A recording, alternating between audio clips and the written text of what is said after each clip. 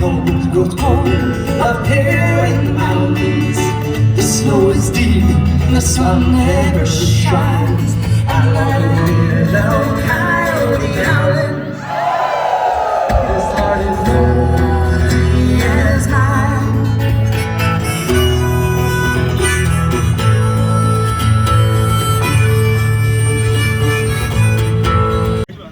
Okay, here, you know, I'm gonna fix this for you. That's what I do. Oh, well, it'll work. There we go, I can do this.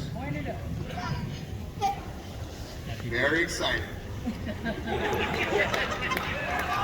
Finally. You're welcome. So first of all, it's an honor to be here, and I'm sure the rest of you feel that same way. I came to the state in 1983.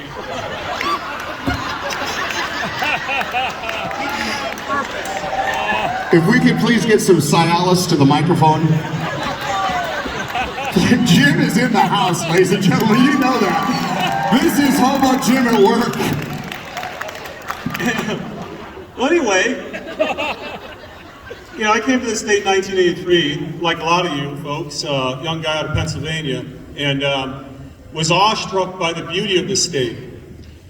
And people ask me why I stay here. And I tell them how beautiful the state is, but in the end, I think all of us stay here because of the people. Yes. It's the people that are beautiful, and that's what Jim was an example of that. I first saw Jim in the 80s, and I was a rock and roll guy from the 80s, right? Hair was long, that sort of thing. But when you listen to Jim, it wasn't just music, it wasn't just words. You really left after listening to him with something that was truly in your heart. You really believed he was able to capture everything there was about Alaska in a song and put it into what's nothing short of magic. And his songs were just incredible. A lot of us will talk to each other and say, I am Alaska. And when you really listen to that song, I've listened to it over and over and over again. And every time I listen to it, I think of something a little different than I did before. And that's the magic of what Jim did. This fall, when I heard that he was sick, and he had left the fair and went back down to Nashville, and that he wasn't doing well, I called him on the phone.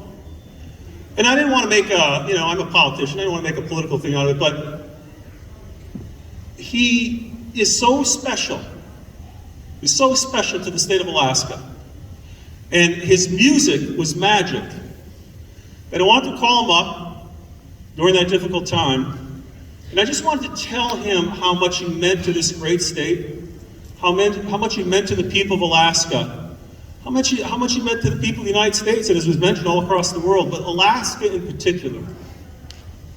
And we had a short conversation. I thought it was a good conversation, deep conversation. And obviously I told him that we're all pulling for him. But this day isn't a sad day, I hope it's a day of celebration for all he's done for all of us. And the music he provided to all of us, and the magic he provided to all of us. And I know today's a special day for him as well. Today is his birthday.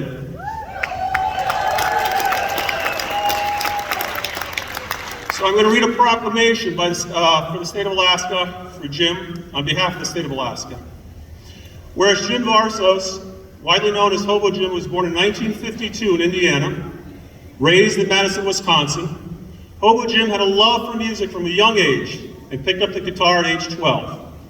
And whereas his lifelong dream of becoming a country musician led him to move to Nashville, after spending his time hitchhiking and freight riding in the early 1970s, he moved to Alaska and made it his home. And whereas living a traditional Alaskan lifestyle, he worked as a commercial fisherman, logger, and cowboy. But his love for music and his dream to be a country musician was still as strong as ever. Hobo Jim began making music that honored the Alaskan experience and showcased the resiliency of the Alaskan spirit. And whereas Hobo Jim's music has brought representation to Alaska's traditional ways of living, which many consider rough and unmodern, throughout his musical career he delighted fans from across the United States, and once even made a trip to Afghanistan to honor our troops. And whereas though he and his music traveled far and wide, Both stay true to Alaska, its heritage, and its way of life. And whereas Hobo Jim, named the official balladeer by the Alaska State Legislature in 1994, made many contributions to the musicality of the state of Alaska, he showcased the many wonderful facets of life in Alaska through his music and songs like Iditarod Trail, Reddington's Run, I Am Alaska, The Cannery Call, Off the Dutch Harbor, and so many, many more. And whereas his music influenced generations of Alaskans and brought awareness to the lifestyle, rich beauty, worldliness, and diversity of the people of Alaska, and whereas Hobo Jim passed away on October 5th, 2021, with his wife Cindy by his side, and whereas December 21st, 2021, would have been Hobo Jim's 69th birthday, on behalf of all Alaskans, we express our gratitude for Hobo Jim's musical contributions to our great state, and we mourn the loss of an influential Alaskan icon. Now, therefore, I, Mike Dunleavy, Governor of the great state of Alaska, do hereby proclaim December 21st, 2021 as Hobo Jim Day.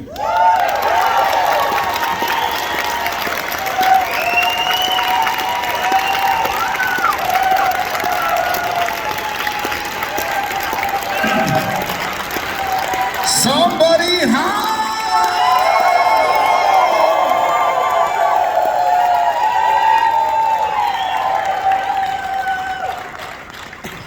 In Alaska, and encourage all Alaskans to celebrate Jim's life, many accomplishments, and the impact he had on the last frontier.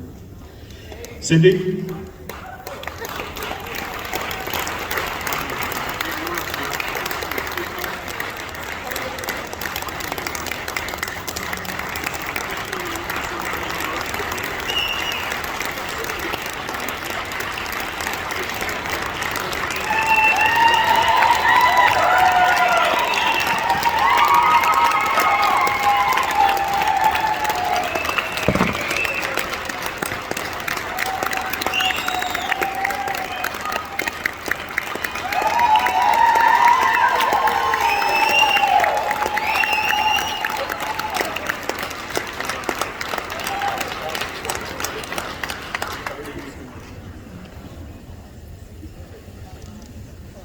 I thank you all so much for the years of love and support and your kindness.